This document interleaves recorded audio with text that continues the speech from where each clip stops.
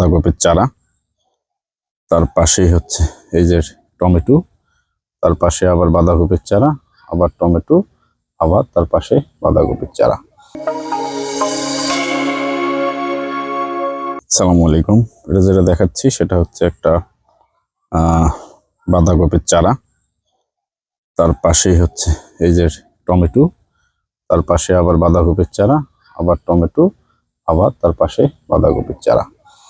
এইটা হচ্ছে আমার রতন জাতের যে টমেটোটা আমি চাষ করেছিলাম, এই রতন জাতের টমেটোর সাথে একটা করে দেওয়া হয়েছে বাঁধাকপির চারা, তারপরে একটা টমেটো, আবার একটা বাঁধাকপির চারা, আবার একটা টমেটো, আবার একটা বাঁধাকপির চারা, একটা টমেটো, বাঁধাকপির চারা। এইভাবে হলো পুরা বেড এখানে যা আছে, যে হলো 6টা বেড আছে আমার এখানে, 6টা বেডই ঠিক সেম ভাবেই হলো করা হয়েছে।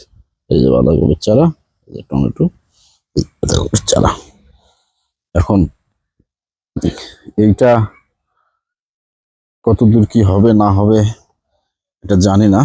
এটা হলো শখের বশে আমার করা। এটা রতন জাতের টমেটো, খুব ভালো জাত। বাঁধাকপিটাও লাগিয়েছি ভালো জাতের।